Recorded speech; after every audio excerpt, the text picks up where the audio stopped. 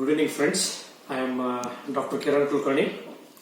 So I am the Joint Secretary of Indian Society of Sports and Exercise Medicine, and I am also Medical and Doping Control Officer of the Asian Football Confederation and Doping Control Officer of BCCI and IDTM.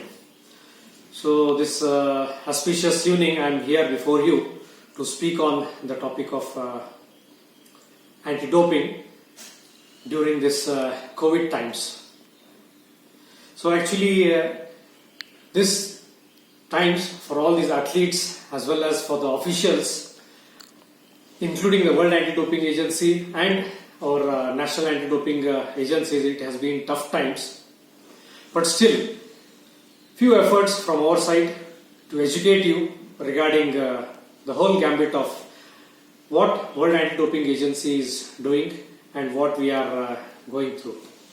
So first of all,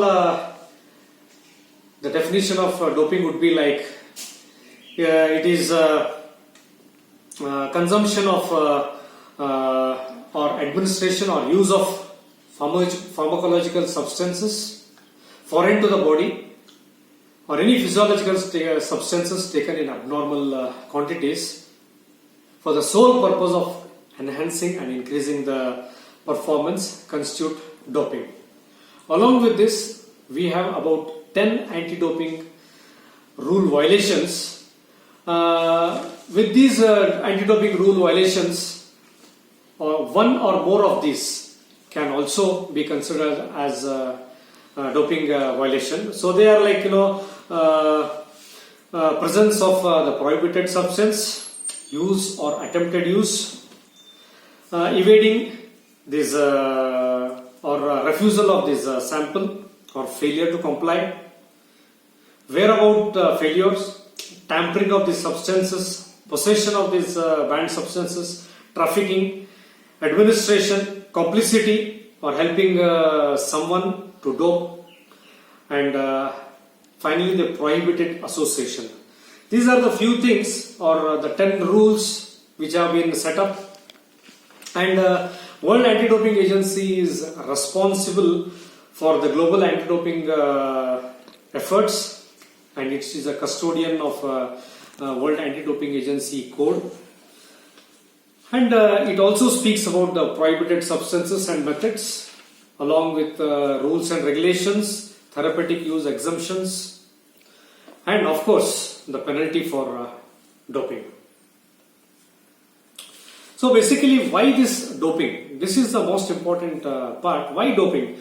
Basically, doping is as old as mankind itself. So even in the olden days, the Roman gladiators, as you know, were also given cocaine mixed with honey before their fights. So doping is as old as mankind itself.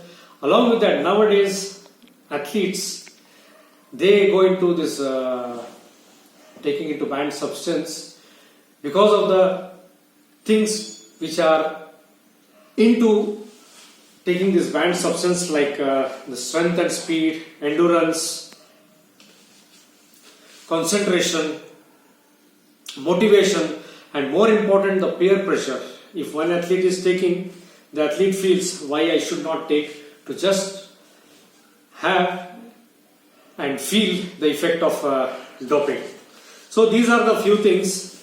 Now the main thing is the three things basically. One is the banned and prohibited substances, then the substance and groups in certain which are banned in certain sports, and prohibited methods. Prohibited methods, there are about three things. One is the gene doping, second is chemical and physical manipulation, and enhancement of oxygen transfer. So these are the three things. And along with that, most important thing is about the nutritional supplements. One should always know about these nutritional supplements. As International Olympic Committee, they conducted a survey and did like lot of research on about nearly about 600 nutritional supplements across the globe. Out of these 600 nutritional supplements, nearly about 520 of these nutritional supplements came out with one or the other banned substance in the World Anti-Doping Agency. Substances and the list of banned substances.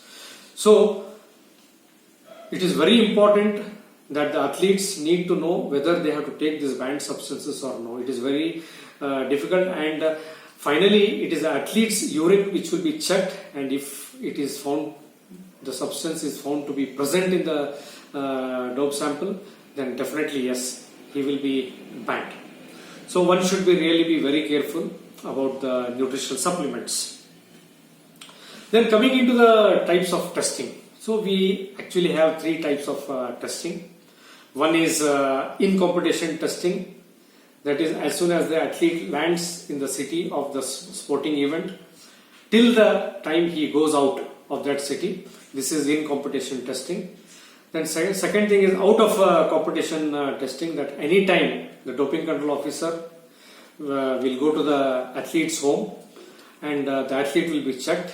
So here comes the whereabouts. The whereabouts of the athlete will be known to the organization, and the DCO will be informed, and the DCO goes to the place of training or the residence of the athlete for this out of competition drug checking.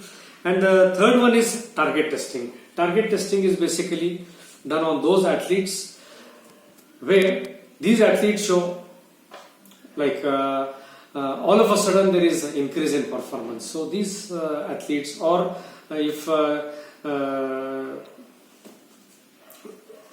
athlete like he never had any performance, but all of a sudden there is enhancement of performance. So there is a testing called as target testing. So most important is about the whereabouts. So the whereabouts clause is very important because the athlete has to inform the National Anti-Doping Agency or his federation about 3 months of what he is going to do, where he is going to stay, where he is going to train. So with this whereabouts information, the athlete will be informed. I mean, the athlete will be actually managed by the or will be kept under the radar of what he is doing in the coming next 3 months. This is about the whereabout information. So this is the thing, and we have these substance and methods. Like substances, we have these anabolic agents, we have hormones and related substances, beta 2 agonists, where the usually these medications are taken by the asthma patients. So agents with anti-estrogenic activities, diuretics and masking agents, stimulants, narcotics, cannabinoids, and glucocorticoids. So these are the few substances, and most important is on the anabolic agents and this diuretics and stimulants. These are the three most and maximum used by the athletes.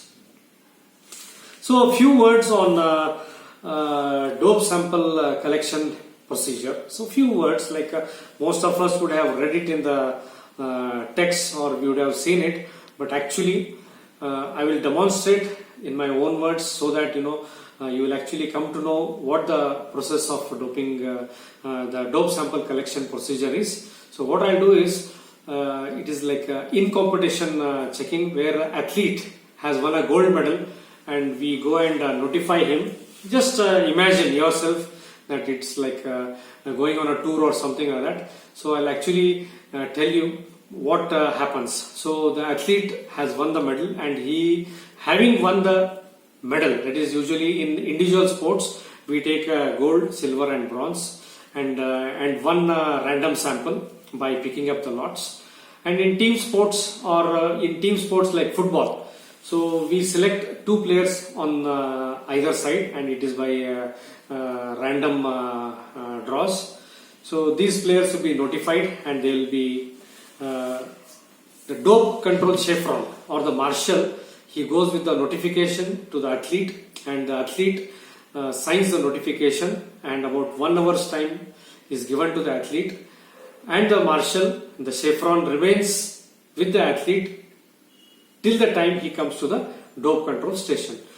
So once the athlete is notified, along with the chevron, the athlete comes to the dope control station, where he identifies himself and he produces his identification with a photograph.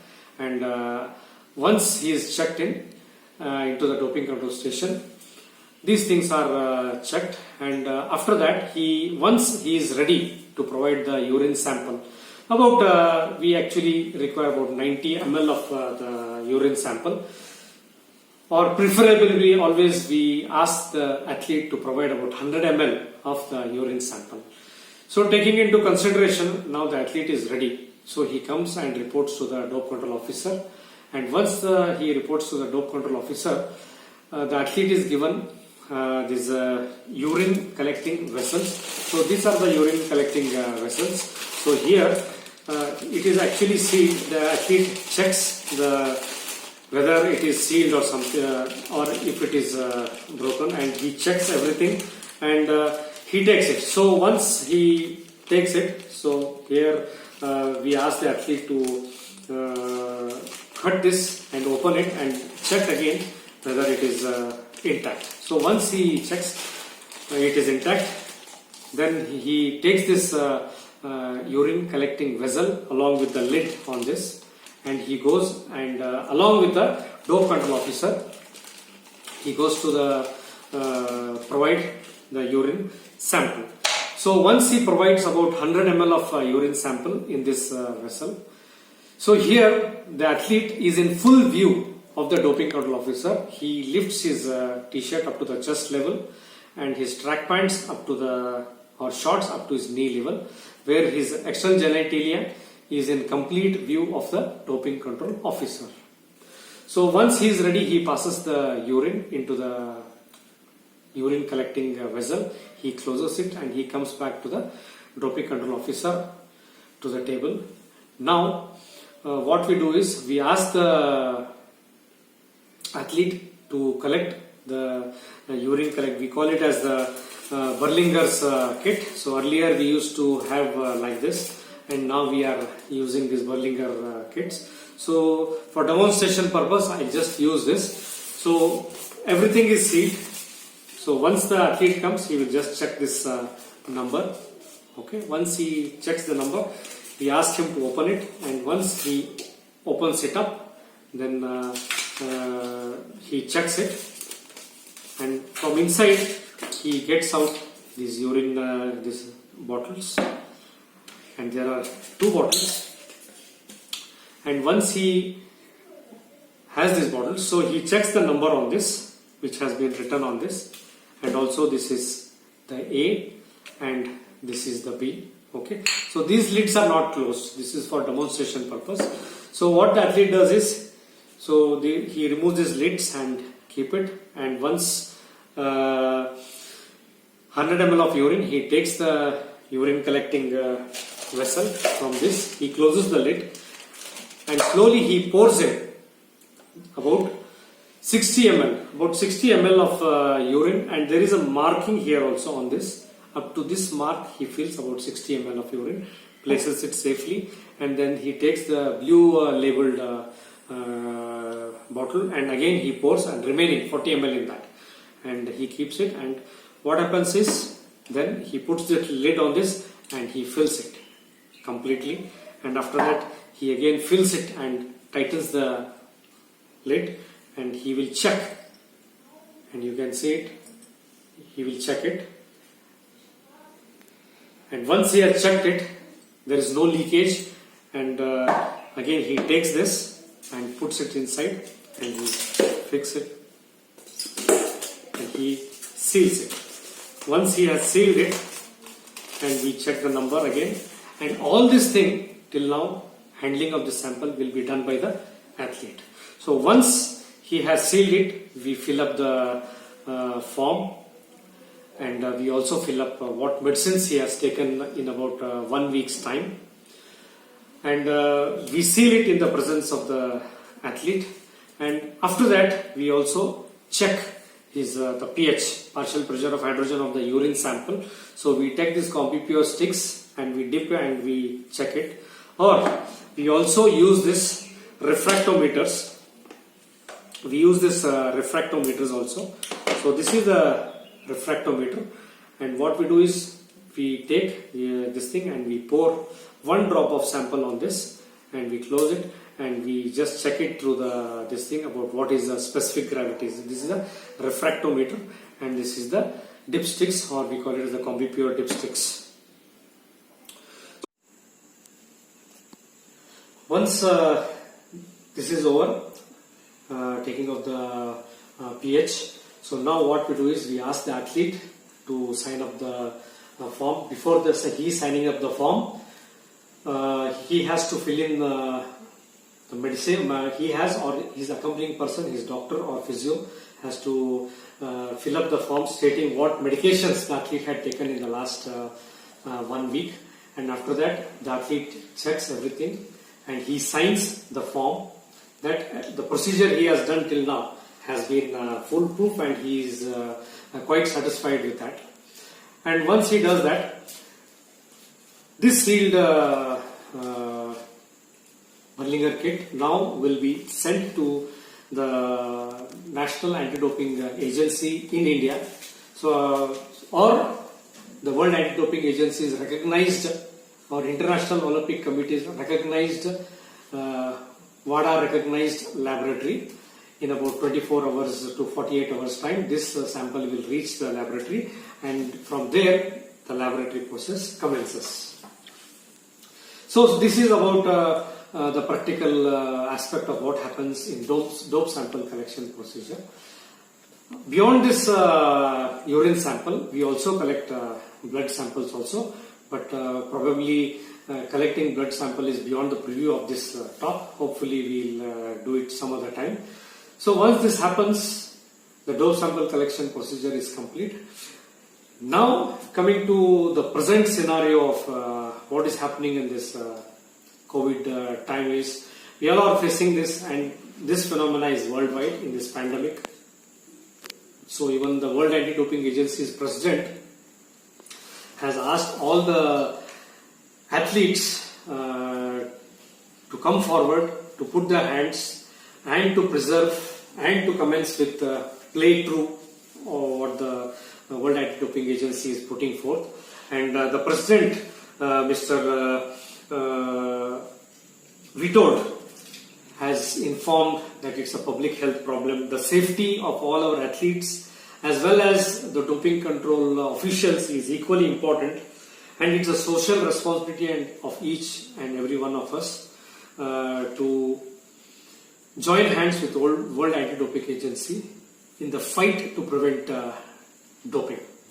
And of course, even our National Anti-Doping Agency, the Director General, Mr. Naveen Agarwal, also has come up with the same things to help and protect our athletes. And of course, the present scenario is like even International Dope Testing Management or World Anti-Doping Agency or the National Anti-Doping Agency is ready to conduct tests on our athletes. But because our nation is under complete lockdown, we as doping control officers cannot move from one place to another in search of the athletes. There is no transportation, and even if that is possible, the complete system of the transportation of these